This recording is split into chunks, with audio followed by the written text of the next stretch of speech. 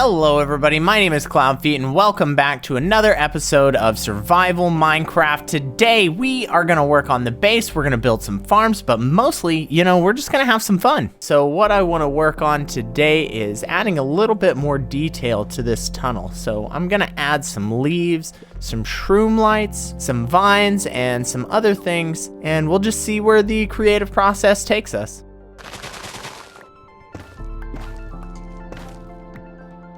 This tunnel area is basically broken down into 3 parts, so you can see we've got this underwater part right here. The floor we did in soul soil and soul sand through some magma blocks, some gilded blackstone and blackstone, because I wanted it to have like a dark bottom of the well kind of murky, eerie look. And I threw some red shroom blocks in here just for a little bit of color, and then went around and spammed some bone meal just to get the seagrass, and threw some kelp in here too. So that's the underwater part. I plan on putting a tunnel back this way. That's why this is open. Plan on putting a tunnel back this way going to one of our farms that we'll build in a future episode. The other thing I did was put a bunch of fish in here, and you can see they are all, I think that's the only one left. I put like 6 fish in here, like 3 salmon and 3 cod, just to liven it up a bit, and it seems as though they are not trying to make it. So I guess we're not gonna have fish in there, but I don't know, kind of to be expected. The second part is this bridge area. I wanted it to kind of look like there was some sort of wooden plank bridge that had over time been deteriorated. So I used fence posts and stairs, and there's some trapdoors in here, a couple of barrels, buttons, things like that, just to make it look like there was something here, but it's not really there anymore. Either way, it's still functional. For the most part, it's spawn proof. I don't know if mobs can spawn on lily pads, and if they can, it's kind of a blind spot we have. And then the third part of this tunnel is this upper portion going up this stairwell. So I wanted the stairwell to look like, and we've talked about the stairwell before, but I wanted it to look kind of like planks sticking out of the wall, and I may end up going back and adding some supports or something else just to make it a little bit beefier. But the part we added in just now were these mushroom blocks, the red ones, and the shroom lights with leaves on the outside and the vines underneath, just to give it a little bit more of a a little bit more of a ruined look. And I didn't want to, good gracious. Okay, so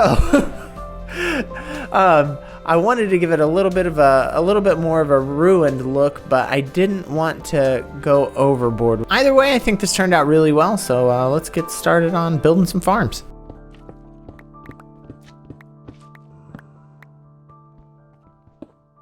Man, I really like the way this looks while it's raining.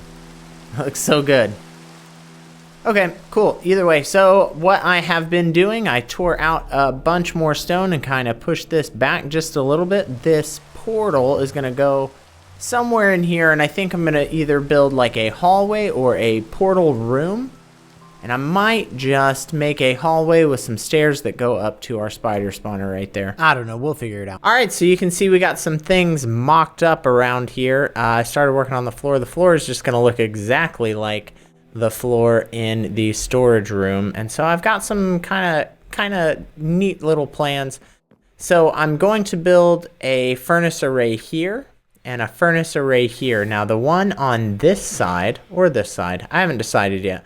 One of them is going to just smelt cactus into dye, and I'm going to use that just for experience. So I'll put a button that'll stop the hopper underneath, and I'll show you all the redstone later, but basically just run stuff through furnaces so that I can pull something out and get the experience. On this side, I'm going to build a super smelter.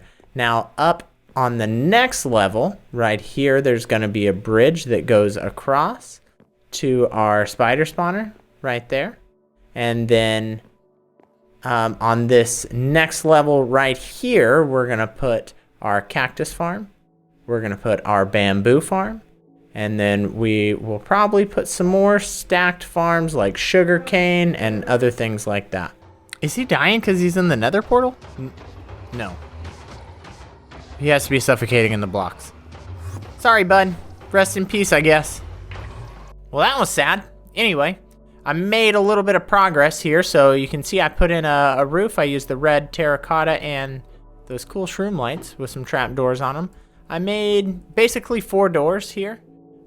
These doors right here are gonna give us like utility access behind the super smelter or the experience smelter. I still haven't decided which one's going where.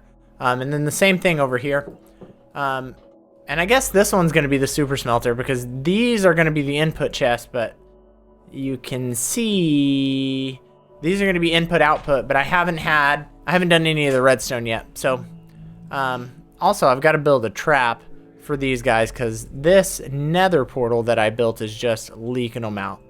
But the floors look basically the same. I think I showed you that in the last clip. And then this is going to be a stairwell that goes up to the spider spawner on one side right here, and more zombified piglins, right, is what they're called now. And then this is going to extend out, and I'll show you that in a minute, but this stairwell right here will also lead to this second level, so it's going to be cool. I'm going to keep working. We've built a couple of redstone things in this series, but none of the redstone stuff I've done has really been my creation. So I'm especially proud of this because I did it without looking at any tutorials. I'm sure someone else has had this exact same design before. Probably even more compact and better. But I'm pretty proud of this thing just because I did it on my own. Let me show you what it is. So this is the input and the output for what is going to be the super smelter.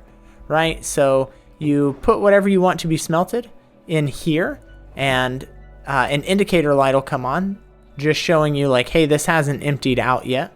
Now, you can use these barrels, or you can tear them out and put shulker boxes in there. Let me see, I've got a shulker box right here. Now, this lever right here will lock those hoppers underneath, so nothing can come out until you tell it to go out, and then boom, those lights will turn off once these have emptied, and then you can lock these, and this will allow you to get your shulker boxes back. So I thought that was really cool. I'll probably never use shulker boxes in there, but just having that ability and that functionality I thought was pretty awesome. And the same thing over here, when stuff comes into this, you'll know, hey, come over here and pick stuff up, because your indicator lights are on. All right, so here's a quick look at the redstone. These are the circuits that run the indicator lights, the ones right here on top.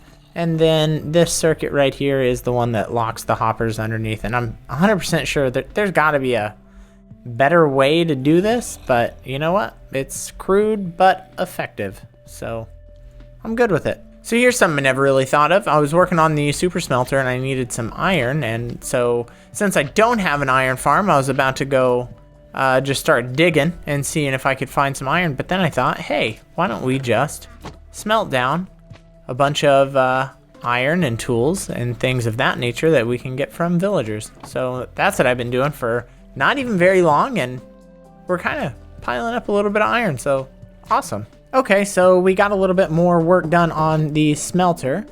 One, I don't know if I've shown you this, but I've actually got the back part of the smelter put in with a water stream for the fuel, and then this minecart track for the input. Now, the bulk of the work that I have done and the bulk of the stuff that I've been able to get done has been on the input. So, here's all the redstone anyway. This hopper is measured at like 6 signal strength, so it needs to have at least more than 23 in there, or it won't take off, or this won't all trigger and it take off, and then it needs to be empty or it won't stop there. So that's pretty cool. Let's just see how it works real quick. So I've already loaded up all those furnaces with a little bit of fuel when I was testing the water stream, just to make sure everything was kind of working right. So that's up. That means those hoppers are locked, and then we can go ahead and throw like all that in there, and that indicator tells us there's stuff in the barrel, and then we can click it off and it should start filtering out. And then in just a couple of seconds. It should come around and you'll see it. You'll see it. And there it goes. Why did that one not light up? Did I not put fuel in there? Oh! Well, hey, you know what? It was almost cool. Yeah. So maybe we need to get it a little bit faster, but I mean, that's basically what we want. Something that'll do 30 in one pass and then get it out and kick it out and get it pushed back over. So now I got to work on the output, which this front part I think is going to have to change, but I'll show you that here in a minute. So like I said, I switched this around and boop boop. Well, let's not click stuff with that. I changed the indicator light, so this is now the mechanism for the indicator light. And if there's at least one thing in there, you saw it, but you saw it. If there's at least one thing in there, then it will turn that indicator light on. So cool.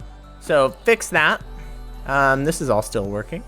Now, bleep, I added in, this is going to be the output water stream. So all the output will go through that hopper line into a dispenser right there, up this water stream and over to those two barrels, which means that I can't replace these two barrels with shulker boxes unless I want to destroy all that redstone. I also moved the fuel line right up here so that I could have 2 honey blocks there and align those items a little bit better. But in doing that, that meant I had to move the input line as well, so you can see that it is running across the back right here. So next thing we have to work on is the bamboo farm. I'm going to build it right here in this space, and that'll provide us with all the fuel we need to run both these smelters. Okay, so you can see that I haven't built the bamboo farm yet. What I decided to do instead is put some facades onto both these arrays and actually build this array. So let's take a look behind. You can just see a little bit of the redstone. It's very similar to that one, except for it has 2 water streams instead of a water stream and a minecart system. So I built and rebuilt these things several times, and this is kind of where we ended. I don't know. I like it. It's not too complex. It's not too busy, but it's also not very plain. Let me know what you think in the comment section down below. And now, actually, I'm going to go ahead and get started on this bamboo farm so we can fuel both of these smelter arrays. All right, so the bamboo farm is all done. You can see I did 2 sides right here, and these modules, I guess there's 8 of these modules, 4 on the front and 4 on the back. And so you can see right here the other 2, and then the other 2 are on the side. So basically this is a pretty simple, straightforward setup. There's an observer right here in the middle, and then there's pistons all on the sides. And whenever the bamboo grows up in front of that piston right there, just like it did, it triggers, knocks it all off into the water, and then that all goes down into water streams. We still got slimes everywhere, so that's fun. I also made a few changes to the railing and just to the facades here and how everything is kind of looking, just to kind of clean it up and make it work a little bit better. Either way, that took way longer than I think it should have, but we got it done. Next thing we are going to work on is a cactus farm. The cactus farm is going to feed into this furnace array, so that there is always something smelting inside these furnaces right here, and then that way we can come up here and grab stuff out of these furnaces and get the XP from it. Ladies and gentlemen, a lot has changed. First, we're in 1.17. Pretty legit. I'm sure you're tracking all the changes and updates that have been made. Second, I have been able to play Minecraft, but I have not been able to record for quite some time. So there has been a lot of progress made, but not a lot of recording done. So I'm going to go through and just kind of show you one by one all the things that we've gotten done in the last little bit. All right, so you can see that we had to go through and completely redo the bamboo farm. The reason is the bamboo farm that I built before, I designed it myself, and it was pretty bad. It was not very efficient at all. It wasn't really putting out a whole lot of bamboo, and this design is much, much, much better. This is just the typical flying machine bamboo farm design. There's 100,000 links for this stuff on YouTube. I'll try and link the one I use down below if I can find it. But basically how it works is that flying machine moves back and forth and chops off all the bamboo, knocks it down onto the ground, and then there's hopper mine carts underneath that pick up the bamboo and put it into the system. Now, all the bamboo from this powers both the super smelter and the XP furnace array. After banging my head up against that bamboo farm for a while, once it was complete, I thought, you know what? I'm not going to mess around and try and design my own cactus farm. I'm just going to look up what the most efficient design is and go with that. So I pulled up an Il Mango video, and he did quite a bit of testing, and this is the design he came up with. Little did I know that this design right here was actually the most efficient design in part 1, and there was a part 2, and there is a much cheaper but about as efficient design that we could have done, but I was already done building it and I was not about to go back. So I'm pretty happy with the way this turned out. Let me show you the back side. So if we kind of go down through here, I made us a little doorway. You can see this goes back for quite a ways, and it also goes over. I might end up expanding this a little bit, but this will probably be the only time I show it on camera. The way it works, if you're not familiar, is that the cactus will grow up. It'll hit the collision box for this fence and it'll break off. Now the fences and end rods and the stone walls right there in between, the only purpose they serve is to keep the cactus from popping off and hitting another cactus, right? Because then it would just get destroyed and we wouldn't be able to harvest it.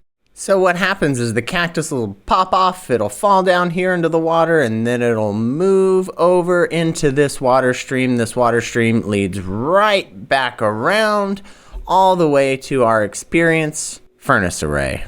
Okay, neat. So we got the bamboo farm done, we got the cactus farm done, and both of those feed into this furnace array that we're going to use to get experience out of. And if you don't know, the way it works is that when furnaces smelt things, you get experience points for smelting, and they hold all of that experience. And then when you take out, if you'll look right here, I've got 35 levels and some change. If you take out what is in there, boom, 4 levels. Oh, hey, cool, candles. All right, so the next thing I want to show you are the improvements we made to the spider spawner. You can see that I put a layer of water across the top on open fence gates so that if any of the spiders climb up in the corners, they're going to go up there and they will drown. Also, I lowered down the killing chamber and actually put it underneath the spawn platform. That way all the spiders will fall in there. Just like this, yep. And then once they are in there, they are basically stuck. And I'll go down here and show you the killing chamber. They're basically stuck, so even if I hit them, they're not going to get stuck anywhere where they're inaccessible to my sword. So that is an exponential improvement on what we had before. All right, ladies and gentlemen, I think that's all the time we're going to have for today. This is the part of the video where I ask you to like, comment, subscribe, all those good things help us grow the channel. But most importantly, what I want to say is thank you so much for watching. I really appreciate it. I'm going to leave links down below for my Twitter and Reddit, and try to link all of the videos that I talked about in this video and all the tutorials and stuff that I use. But either way, once again, thank you so much for watching. My name is Cloud Feet. Y'all have fun.